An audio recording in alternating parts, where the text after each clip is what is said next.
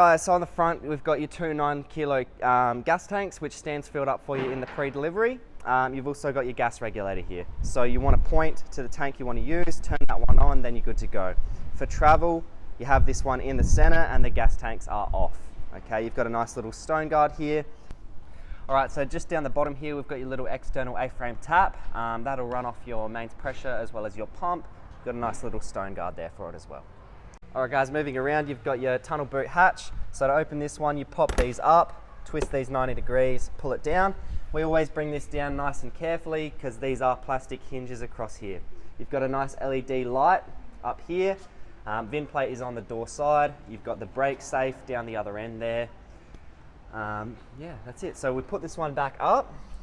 Underneath here, you've got your nice little gas bayonet. So a little dust cover comes off. Plug your Weber in and you're good to go, run straight off the gas tanks. You've also got a stability leg, one on every corner. So we pull this one out, goes down. We use that wind for our stability legs, wind it down just till it touches the ground. It's not for leveling, just for stability. When we put these ones back up, once they're up, we just want to give them a good shake and make sure they're not going to fall down, just like that. All right guys, onto your door. When this handle is out, that means the door's unlocked. If the handle's flush, it means it's locked, okay? You can't lock it by pushing the handle in. We open the door, hook this one on over here, and then we can separate our fly screen from the main door. We do this by turning the handle up instead of down, okay? Sometimes they're a little bit sticky, okay? Shut that one in, and then you've got your nice fly screen there. You've also got on the inside here a little deadlock. So at night time, you can push that one down and lock it from the inside. When you're shutting this one in, clicking it back, you just want to pinch the top and make sure that clicks in as well. And then you can shut your door. All right guys, on the back of your Viscount, you've got your spare tire. That's going to match exactly what's on the van. And then you've got your reverse camera up the top there. All right guys, moving to the off side of the van. First up, we've got your hot water service vent. Okay, that just sits there and does its job. And then we've got the toilet cassette, all right? So open this one up. You want to lift that blue tab, pull it out, okay? Thetford, they put them on wheels, so you can actually wheel it to the dumping point, do your walk of shame. Once you're there, we want to swing this one out, unscrew that, okay? And then this is your release button up here. You hold that while you're tipping. When you're done with that one, you can put this back. If you want to give this one a clean out, we slide this bit here off. We open it there, spray in there with a hose, okay? And then you can tip it all out again. We've always got to put this back in the van the way we found it. So we'll shut that one off, shut that back off, and then we can slide it back in here and make sure this little blue clip is locked in. All right guys, so under here we've got a grey water tank. Currently that valve is shut off. If we turn that red handle to face us, that would open it. That's where you put your sullage hose, or you keep it locked off when you're free camping. Then over here we've got the mains pressure inlet. This is where you'll plug in to get your water at your caravan park, okay? Just behind here we've got a little brass fitting. That's your one-way valve. Sometimes if you get dust in here, that'll start to clog up. To avoid that situation, you want to get a hose fitting, put it over the top, and then have silicone over the end of that, and that will stop any dust getting into it. All right guys, so this is the jacking point for the van. That's where you can jack it up if you do need to change the tire. This is your water filler point. This is where you fill your 2 freshwater tanks. Open that one up, fill it in that hole, and then you've got a little breather hole down there as well to avoid airlocks. Okay, moving up, you've got a few different vents for your fridge because it is a smart fridge. It runs on different power sources, okay? Moving down, up here you've got your radio antenna. You can extend that one out to get some better service. Moving down, you've got your 15 amp inlet here, okay? So that's where you're gonna get your 240 power at the caravan park. All right, and then next to that one, you've got your circuit breaker, which by law, these are on the outside now. If we move down a little bit further, guys, we've got this one here. That is the earth for your battery. It's not just a random screw. We wanna keep that one plugged into the van. Okay, don't unscrew it. All right guys, now we're onto the awning.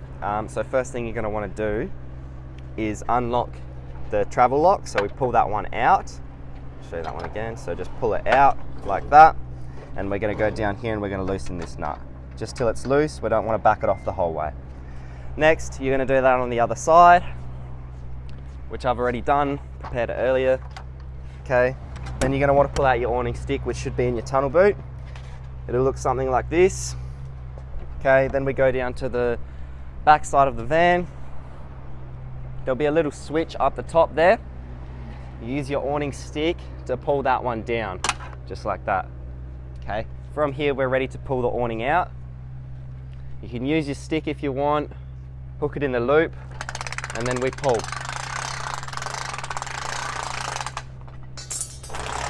Now we don't pull it out all the way like that, because what can happen, we can get water pooling in there. So we actually just leave it just a little bit off, so you can have that water flowing off and not pooling inside here. Okay, from here, you do this at both ends. We'll pull this one up. That'll lock in here, just like that. Okay, then we can put down a tiny bit of pressure and tighten this up. Pull this side up, lock it in that little mechanism there, little bit of pressure down, and tighten this one up.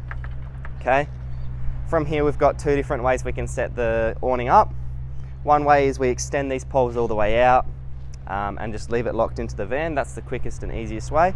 The other way is we pull the legs out and we peg everything down.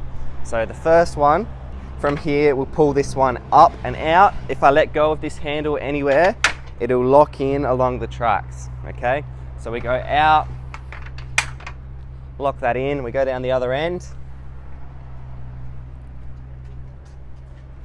pull this one out and lock it in. There you go, you got your awning set up. All right, so the other way we can set the awning up, we drop this down to about that much off the bottom on both sides. Drop this side down, so you've got that little gap there. Okay, and then what we're gonna do is we're gonna pull these legs out from the van. So we've got a little latch here, pull that back. We wanna have a solid grip on the pole because it's gonna wanna swing into the van like that. We walk it out, place your leg down, walk this side out, and place that leg down. From here, you're gonna wanna get your pegs, your guy ropes, and peg everything down. Pull this one across, you can wrap it around the pole. To tighten out the actual awning itself, what you can do, if you've got one person, you just do it like this.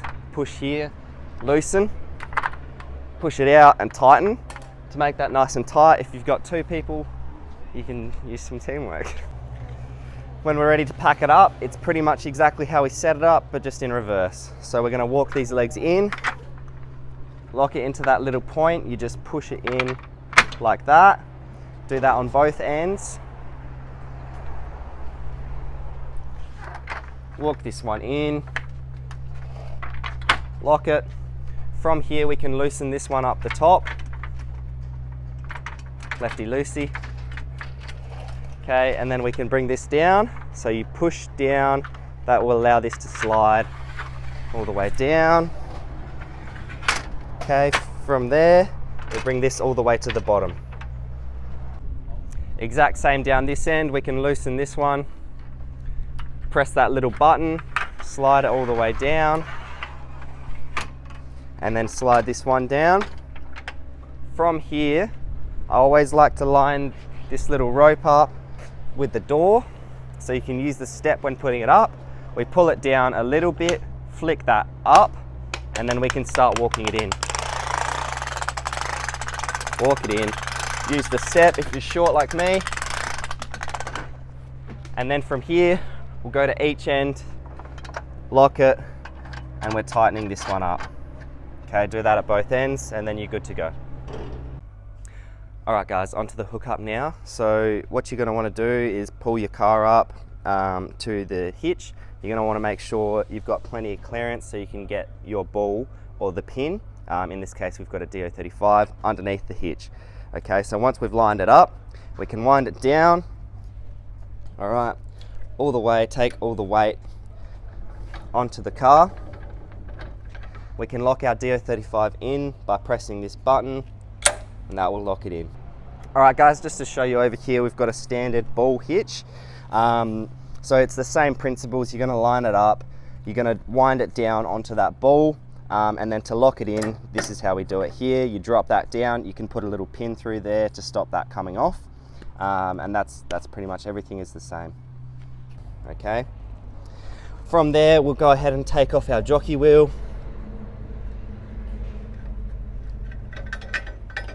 This one can go into your tunnel boot, or if you've got a toolbox, or into the back of the car. There you go, Daniel. All right, we put this one back.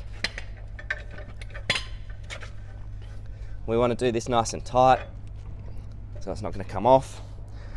From here, we can put the handbrake down now. We move to our plugs.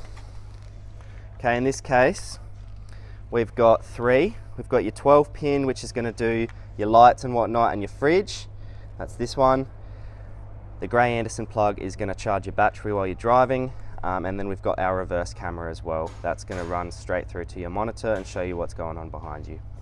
All right, so your 12 pin is just a straight plug in. Line up the big ones with the big ones.